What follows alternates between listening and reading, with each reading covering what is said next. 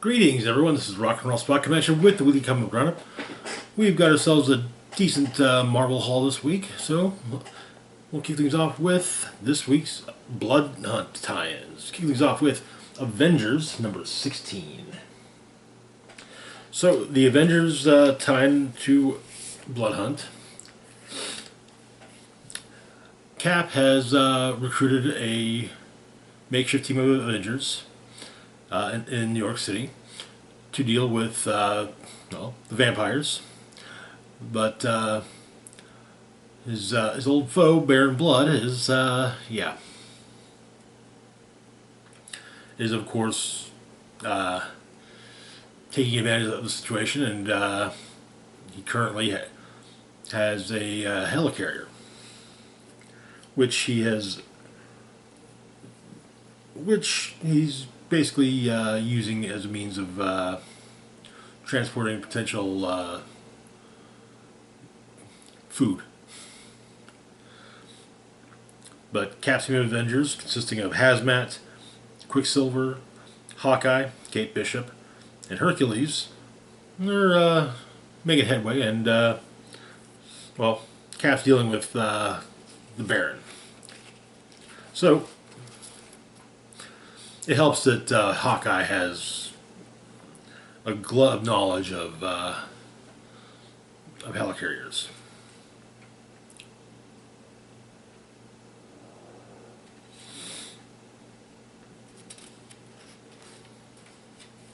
And so Hercules, Hawkeye, Quicksilver, and Hazmat deal with rescuing potential hostages. They also managed to get the helicarrier to an altitude above the Dark Force barrier to the planet, potentially exposing the vampires to sunlight. Though sunlight isn't an issue for Baron Blood.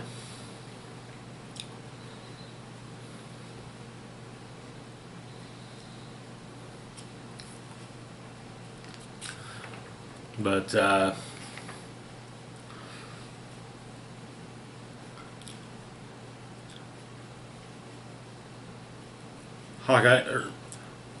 Quicksilver takes Hawkeye to the various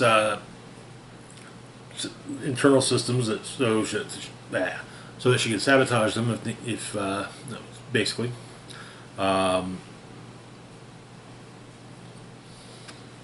And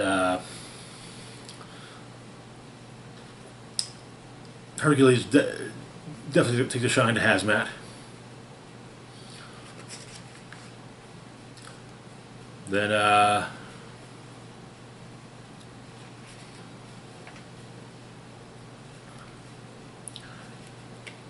Quicksilver takes out some of Baron Blood's black shirts, and it helps that the Baron's statement of basically all of those following him are expendable is broadcast on the PA. And the issue ends with Hawkeye taking a shot at an escaping and airborne Baron Blood. And that is where the issue ends. I presume, if I remember correctly, we are returning to non-tie-in Avengers comics next month. Moving on, though, to our next book, we've got Union Jack the Ripper, number 3. This is one of the Blood Hunt miniseries. Union Jack is a British superhero. Generally, if if Captain Britain was a soldier or a military operative, and but usually did more of the took more grittier jobs than Captain America. So You may recognize him from it was the miniseries The Union from that opened to the tie into King in Black. Another miniseries where another event series where the sky gets blotted out. But anyways, he's been having a great time. He's attempting to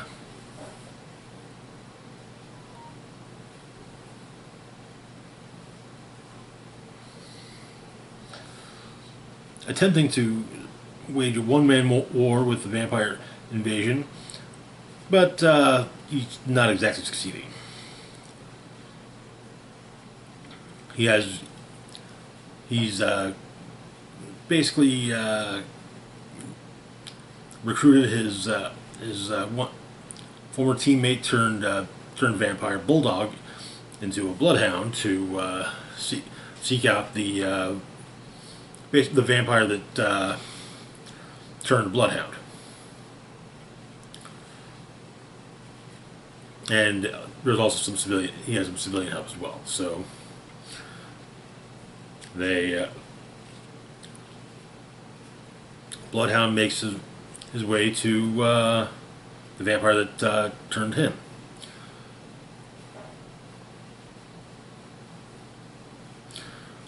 Vampire named Hunger. The more vampires he sires, the stronger he gets.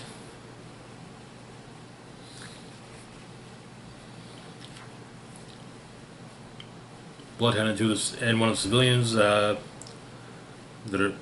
been turned, basically turns on on Jack and his merry crew, but Jack's weapons have no effect on no real effect on Hunger.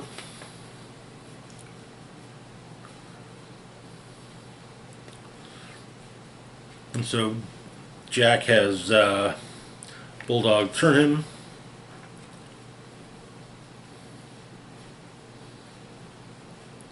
And then find out that Hunger basically is injured when the vampires he sires are injured. And so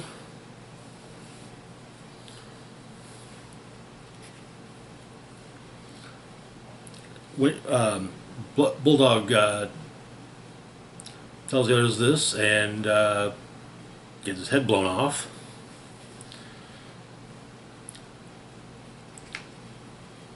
Enabling Jack to finish off Hunger by stabbing him in the head. However, when Bulldog's killed, Jack and the others who have been turned by him are reverted to human. And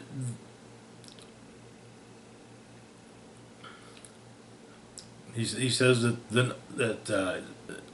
the internal monologue, he says, not the sun, but something more power, something we thought we would never see again. Or we'd seen something Union Jack thought was lost. Lost in us, lost in him. Something we thought we would never see. Thought we would never see again. Not the sun, something more powerful when you least expect it. A glimmer of light in the darkness, a glimmer of hope, just enough to see us through dawn. And that is where the series ends. So fun. This is a decent book. It's always nice to see Union Jack pop up.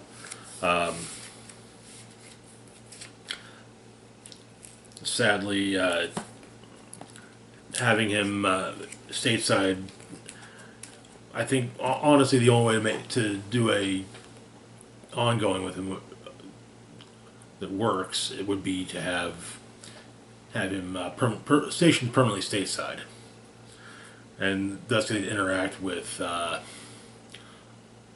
with more of the Marvel characters, because it starts off as a nice novelty with him and British heroes and villains, but it doesn't seem to have too much staying power.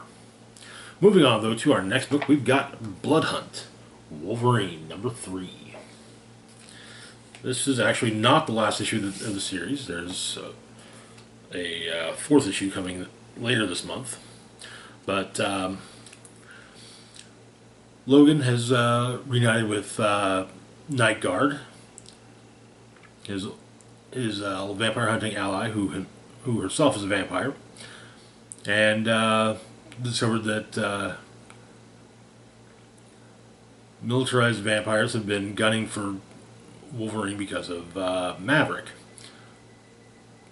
who has become a vampire himself, is aiming to recruit Logan into his growing army.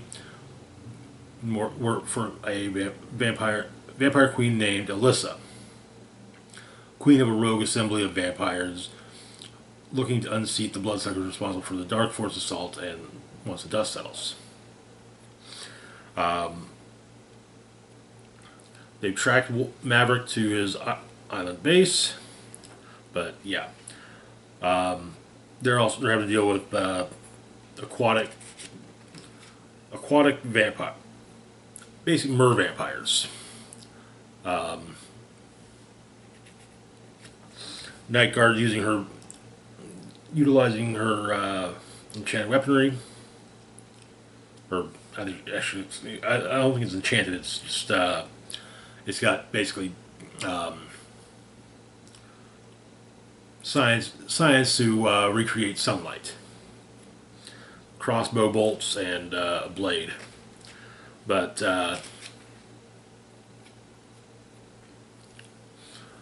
Wolverine utilizes the mer vampires as chum for the sharks off the coast of California, and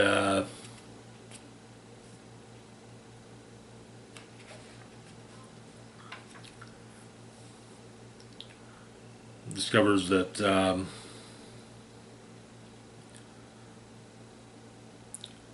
Maverick thinks that Wolverine's alone, and realizes that cameras can't see Night Guard, so they have an advantage. But army of vampire the Claw, army of vampire ninjas attack the two. They of course wade through all of them, and Logan's got a plan of sorts. After the two dispatch ninjas, Logan runs himself through with one of their blades and tells Night Guard to turn him, and basically running himself through with the sword taxes his healing factor enough to where it's susceptible. It's making him at least partially susceptible to vampirism.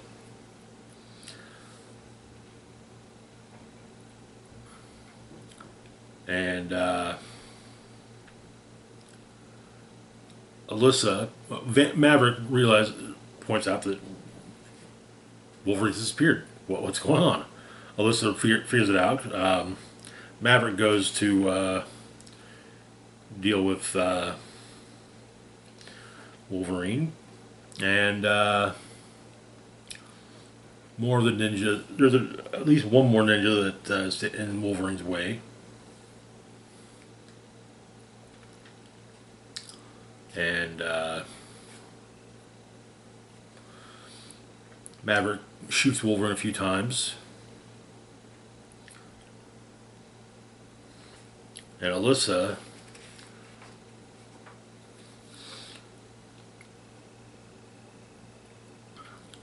introduces herself to Wolverine and states that she's a future queen seeking out her future king. And that is where the issue ends. Okay, alright. when there's actually some precedent of sorts for Wolverine, the King of the Vampires. There's at least a what if, but what if Wolverine was King of the Vampires during Inferno? So that's the thing that kind of sort of happened. But moving on though to our last book for the moment, we've got Bloodhunt, Incredible Hulk. This is just a one shot. Hulk has been making his way across country. His traveling companion Charlie has been turned into a figurine, and he's trying to remedy that. So the issue begins 50 years ago in Arizona. Two set builders are talking, preparing for a film shoot, when a kid barrels into them, covered in blood. The set builders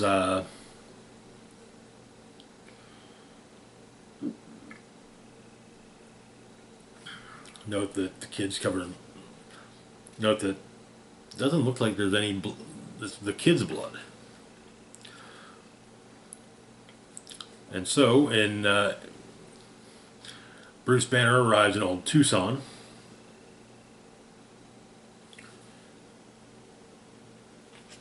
Makes his way onto the set. And, well, Bruce is looking for some food, hopefully. But is startled by a man named Miguel, the only person living there. The kid from the beginning of the issue. But he tells his story, how his family crossed the border 50 years ago, and they ended up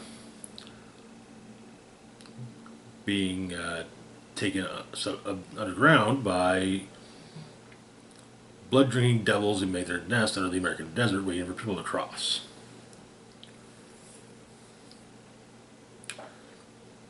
Their numbers grow as they feed on unwary travelers.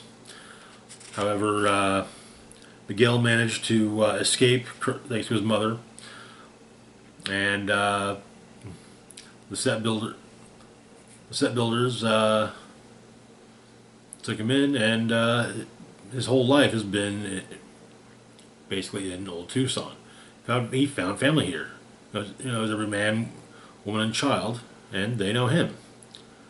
He likes the movies that were made there, sort of opportunity, prosperity, and possibility. And sometimes the voices of his family are screaming for him. And sometimes he looks out at the desert, praying for the courage to try and find his old family again. And, well, he didn't call them there, but, well, they've, with the sun being blotted out, they're already there. And so, Bruce is attacked, pulled underground, Hulk's out. Hulk fights vampire things, basically making giant steaks, and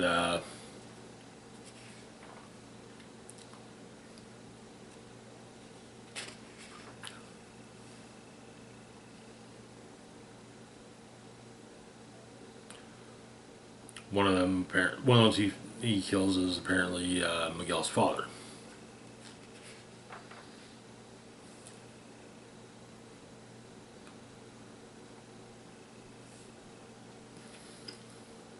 Or no, apparently his mother, because the pendant that she was wearing is on the corpse. And Miguel discovers the pendant. Also of note, the creatures know of Hulk. And his basically his quarrel with the Endless. Fractured Sun, that's what they call him. But anyways, that is where the issue ends. And that's going to do it. And that's going to do it for now. As always, feel free to like, share, and subscribe. Links to my Facebook, Twitter,